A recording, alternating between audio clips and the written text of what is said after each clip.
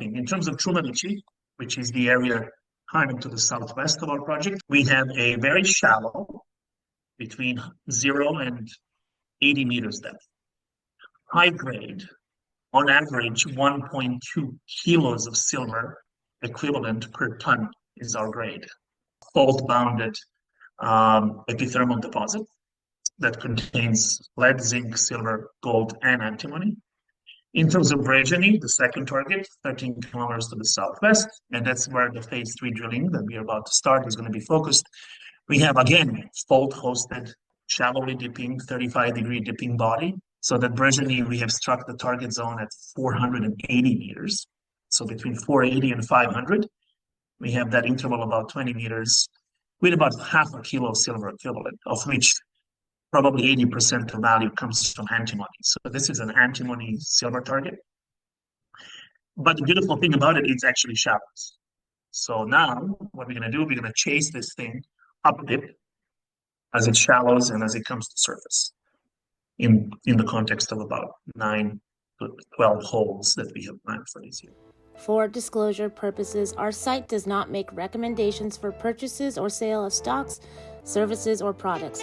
Nothing on our site or this podcast should be construed as an offer or solicitation to buy or sell products or securities. All investing involves risk and possible losses. This podcast is for entertainment purposes only. Alex, thanks so much for joining the show. For investors and followers that are new to the TERA story, do you want to just give a quick overview of how you started the company and your projects? Good morning, Tali, and thank you so much for having me on. Terra Balcanica started in 2020 at the height of the global pandemic. I had at that time left Rio Tinto in California, where I was the global director of research and development, and moved back to Montreal, which is where I put together a little story about a few licenses that a co-founder of TERA and myself had staked back in 2018. They geographically focused on a well-known mining district in eastern Bosnia, surrounding the town of Srebrenica. And we had staked that land and really kind of forgotten about it, to tell you honestly, because both of us were busy with other things in our lives. But then subsequent to my Rio Tinto experience, I decided to do something about it. And then between May of 2020 and September of 2020, so for those 4 months, I did manage to incite interest both in Vancouver and Montreal, and put together an initial supervisory team, raised a little bit of cash to start off, and quite brazenly, or maybe foolishly, threw myself into the deep end and started basically doing field work before we ever got the first 5-cent private round financing over. I mean, basically, as soon as I had some cash, I hired 5 geologists and 5 geotechnicians, and we started prospecting, and that's initially string sediment sampling. So that's how it evolved at the very beginning. We were private for the first almost 2 years, became publicly listed on June 22nd, 2022.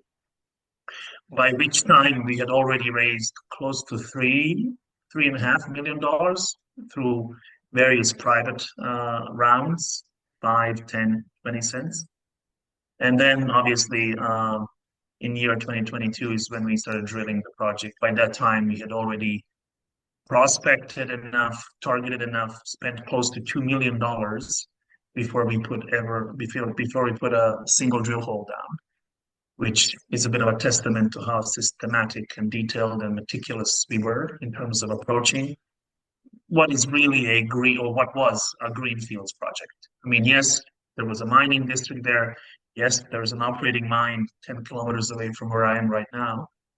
But ultimately, the land around that magmatic complex, which is 30 million years old, has never really been properly investigated in terms of modern exploration techniques such as airborne geophysics, and we profited from the knowledge that existed on the ground, primarily done and compiled by the Yugoslav geologists, communist geologists before the country fell apart. And certainly, took advantage of that to some extent, but then we also added a significant amount of new knowledge, which allowed us to target these two zones of primary interest. Can you talk a little bit about the jurisdiction for the Balkans and specifically Bosnia? Because I feel like a lot of investors probably don't understand how great the streamlining of the process for permitting is, how friendly it is for mining, and then maybe some of your neighbors. I did see your press release that Adriatic was acquired by Dundee, which is fantastic, and I feel like a lot of people know who Adriatic is. So, Right. Well, I mean, those who know something about Bosnia usually know it by the bad things that happened in the 90s. Obviously, there was a civil war here. That's ultimately the reason why I ended up in Canada as a refugee back in 1995 in Vancouver. But I like to change that narrative, particularly when it comes to investment into a resource sector, by just mentioning one single name. That's Adriatic Resources or Adriatic Metals PLC. And for those who know that name, know exactly what I'm talking about. From the time when they put a single drill hole down until the moment when they opened the mine, it took them 6 years. So that's unprecedented rate of advancement of the project. Obviously, there's a reason for that. They were lucky to be brought to a particular area by some well-respected and knowledgeable Bosnian geologists in the first place. They struck immediately. A couple of first holes were unbelievably juicy. And they promoted the heck out of this project. So, fast forward to September, I think, or November 2021. So literally 3 years after they started, they raised $250 million US, 253, if I remember correctly. So right now we're talking 21 million ton at an average concentration of a silver equivalent of something like 580 to 620, depending whether you look at the measured and indicated or inferred component. And I usually like to basically put that forth and tell them, point to me a place on Earth where you can actually see an example like this. I'm sure there are some, but not that many. And I like to say, well, a part of the equation is certainly Bosnian government being forthcoming and welcoming the foreign investment. And, I don't want to say bending backwards, but certainly being quite accommodating in terms of, fostering a project like this. Obviously, the Bosnian government reaps benefits of this. I think Adriatic is, if not the largest, but one of the largest corporate taxpayers in the country. They employ about 350 people. There's a spillover effect. The town of Vareš, which is only about 80 kilometers away from us, was practically a ghost town. And now, it's entirely new place, a renaissance. So just, for all those ones who are criticizing mining and whatnot, I would like to use that as an example of what positive effects mining can have on a ecosystem of a local town or local region in a country such as Bosnia. So yes, Bosnia is an ancient mining jurisdiction. Area where I am was mined by the Romans 2,000 years ago. Actually, the name of the place was Argentaria, which stands for Silver City, because this place is well known for silver, lead, and zinc. It was mined by Saxons in the medieval times, obviously for the first time in the modern way by Austro-Hungarians and subsequently communist Yugoslavia.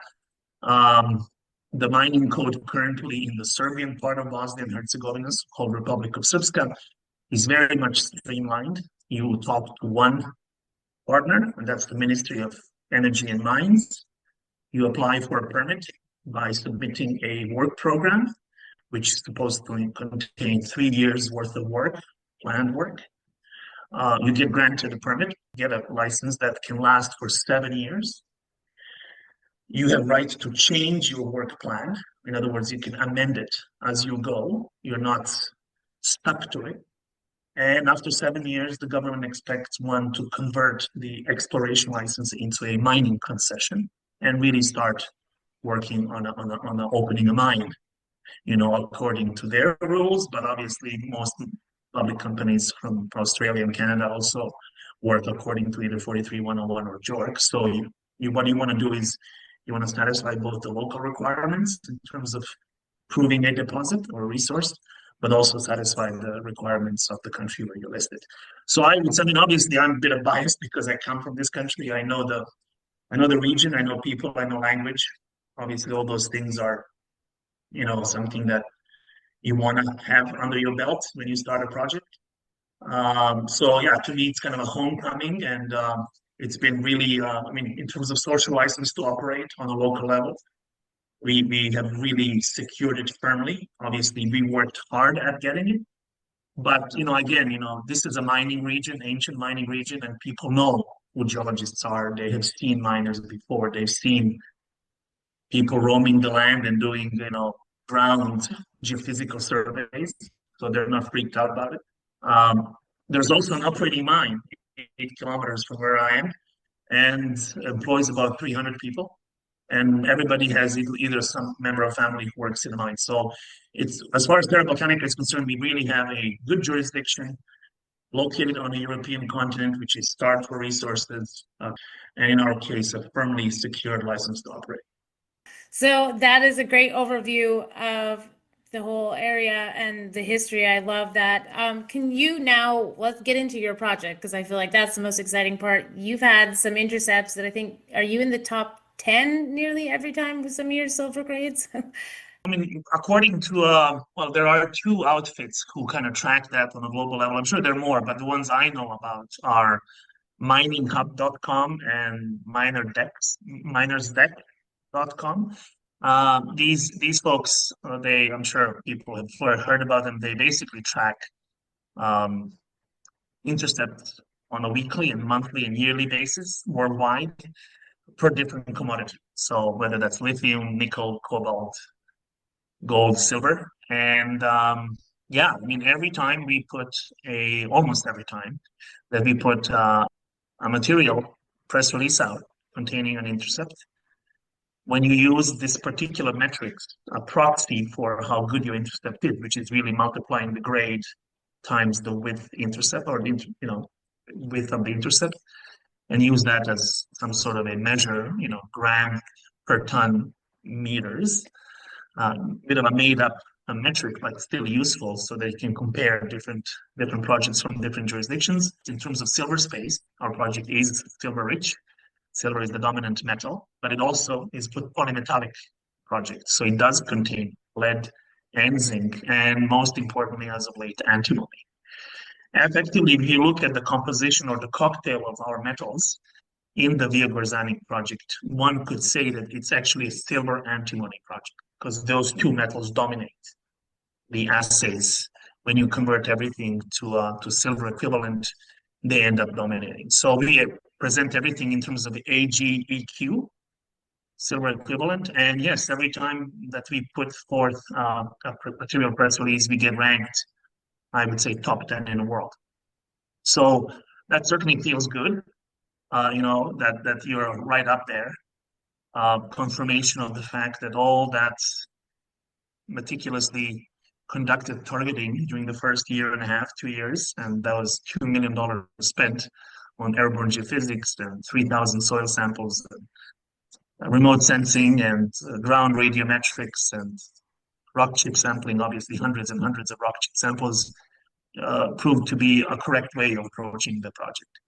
So we have defined two target areas, one called Brezheny, the other one called Trumalici, both of which I think bear tremendous potential. In terms of Trumalici, which is the area kind of to the southwest of our project, or southwest part of our project, we have a very shallow, between 0 and 80 meters depth, high grade, on average 1.2 kilos of silver equivalent per ton is our grade. Intermediate sulfidation, for those who care, fairly simple geology, fairly simple geometry, fault-bounded epithermal deposit that contains lead, zinc, silver, gold, and antimony. In terms of Brezheny, the second target, 13 kilometers to the southwest, we have, and that's where the phase 3 drilling that we are about to start is going to be focused. We have, again, fault-hosted, shallowly dipping, 35-degree dipping body, which we have intercepted, albeit at a much deeper level than Mišković.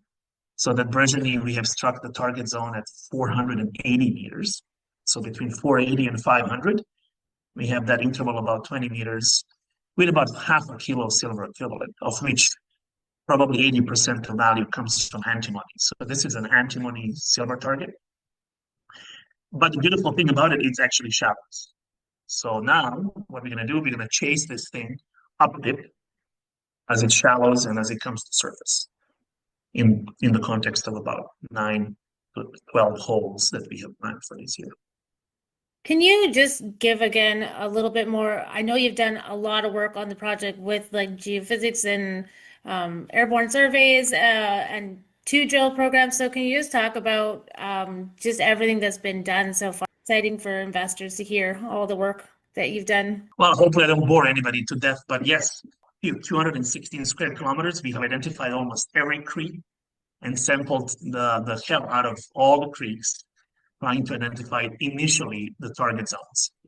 Then we have conducted a fairly detailed 1 to 25,000, 1 to 5,000 mapping concurrently with rock chip sampling. So sometimes only fist size sample, sometimes 2.5 kilos size sample. So in doing so, we have then produced, updated geological maps. I must say that the Yugoslav geological maps are superb, absolutely gorgeous maps, very well done by the former Yugoslav geologists. And we didn't really have to do much in terms of adjusting them, except when you really come down to a scale of 1 to 500 or 1 to 1,000, where you can really, move lines up and down depending on how you see it.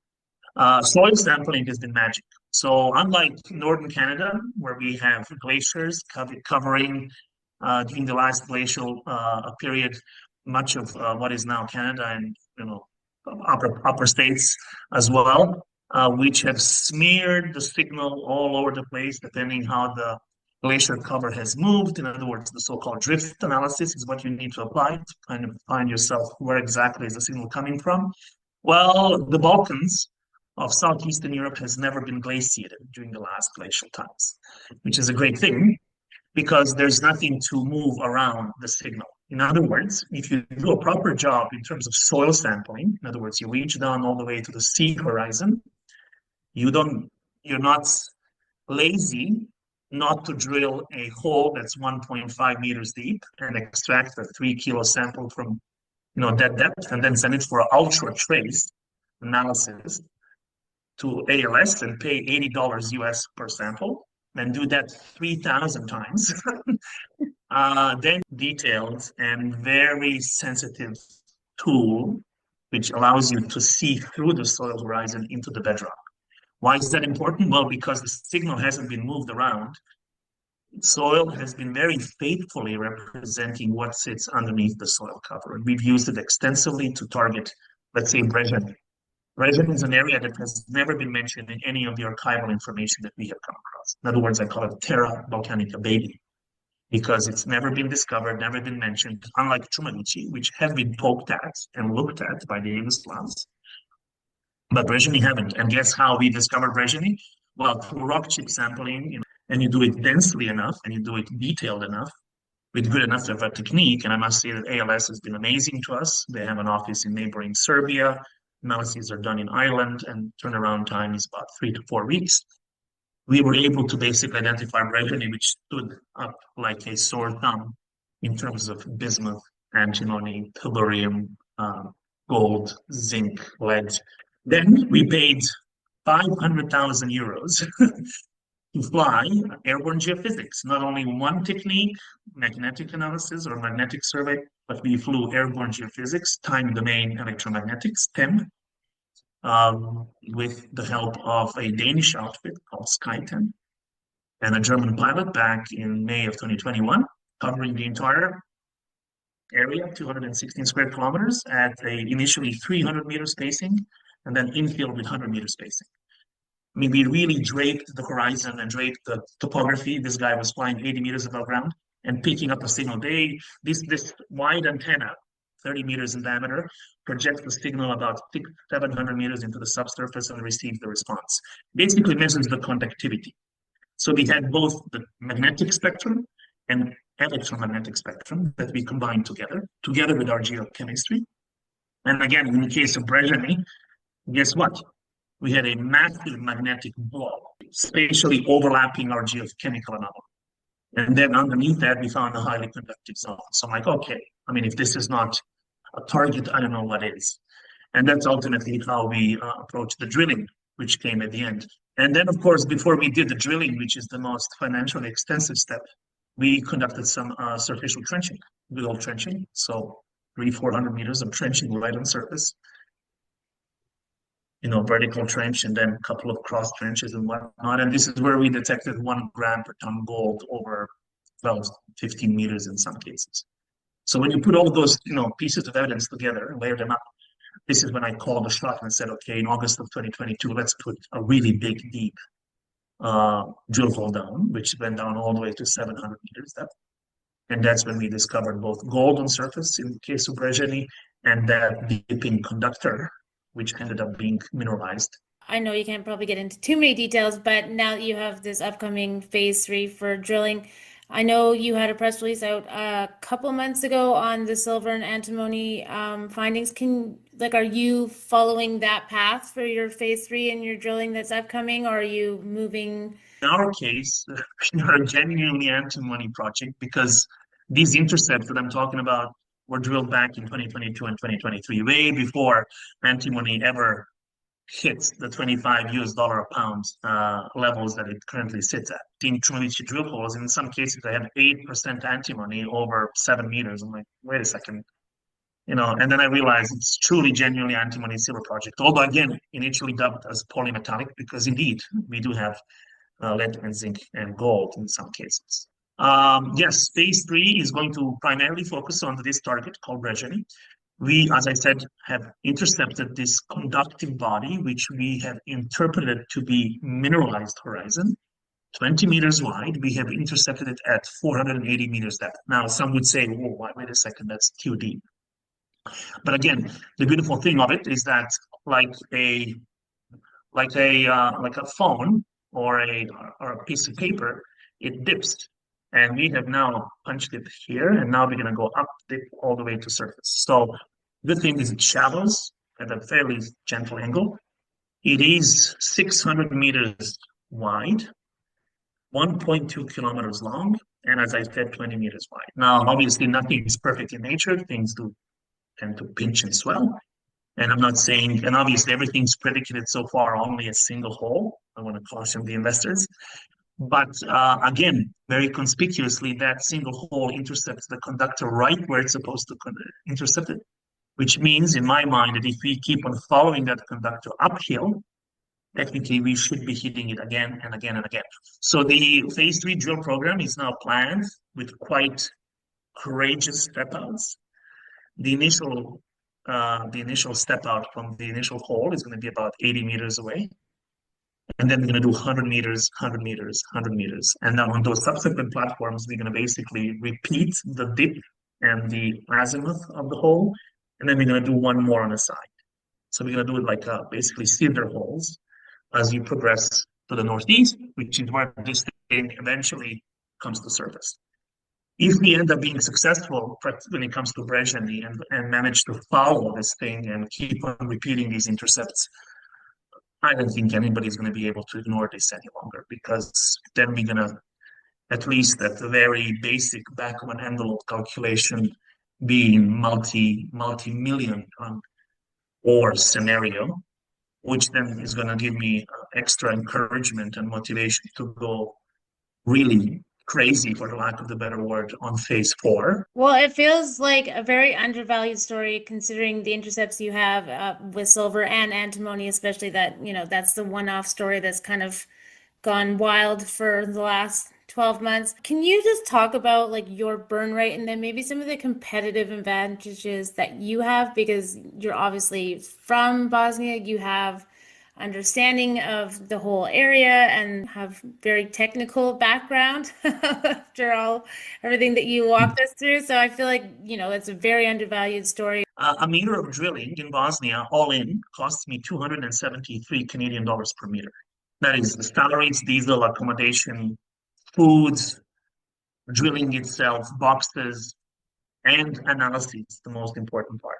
Wow. Which I must say, ALS is a great company, but they're not cheap. They're not cheap. It costs, I mean, of course, we do, everything by the book.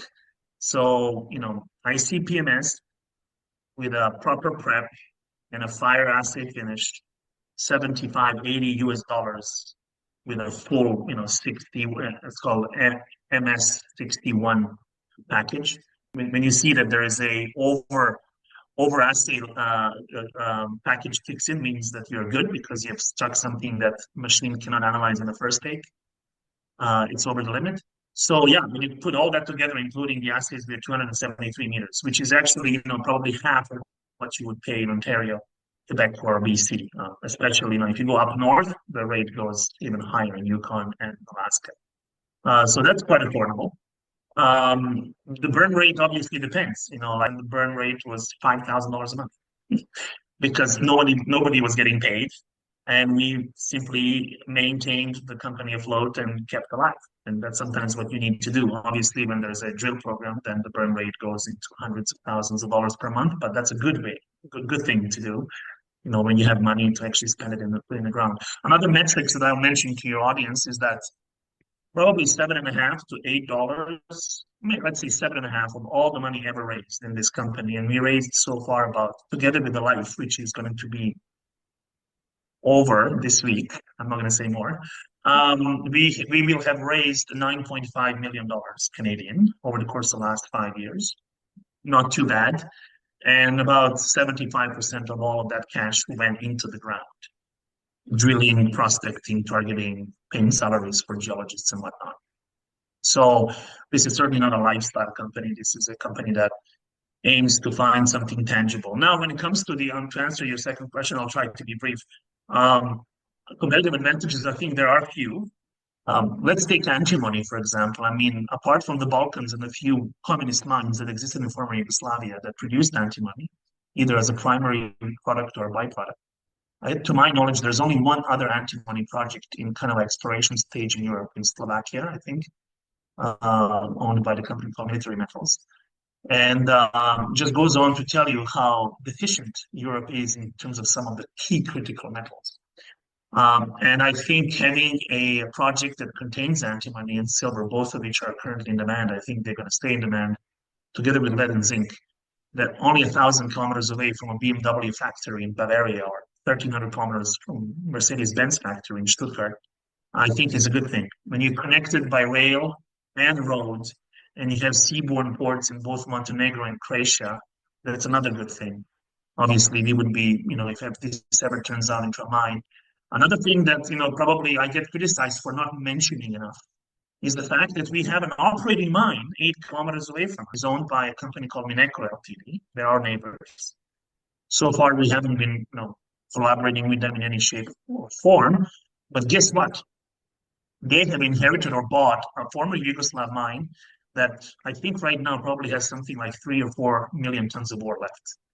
So depending on how quickly Mineco presses the gas pedal, at some point they're going to run out of resource. Well, guess what? They have a crushing and flotation circuit on site, which means that should we find something mineable, we could theoretically truck the ore to the site and use or reuse their equipment, which at some point is going to become obsolete. So why spend money on capex when we have it on site, at least? And in terms of ore, obviously, we so far haven't done any specific metallurgy because it's too early. We've only done about 3,500, 4,000 meters of drilling on this project so far. So I must emphasize the project is drilled. One more time, this is not pie in the sky. This is a drill project. But we haven't done any metallurgy in terms of bulk sampling. So, but again, genetically, it's very similar to what Mineco is mining 10 kilometers away. I would be highly surprised if all of a sudden our ore would not fit their flotation circuit. I'm sure it would.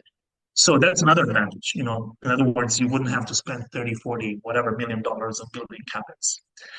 It's right there. So, again, in terms of a Lassonde curve, after having detected these targets and drilled them, and we are now really genuinely at the cusp of that Lassonde curve where we either prove the size, we have proven the mineralization exists.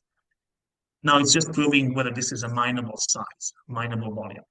If we get to that point, then I think it's gonna, I'm not saying replicate the success of Adriatic, although it could, but it certainly would be something that cannot much longer stay at 10 cents Canadian that it currently sits. I love the high level overview of everything in Europe and the property, the project.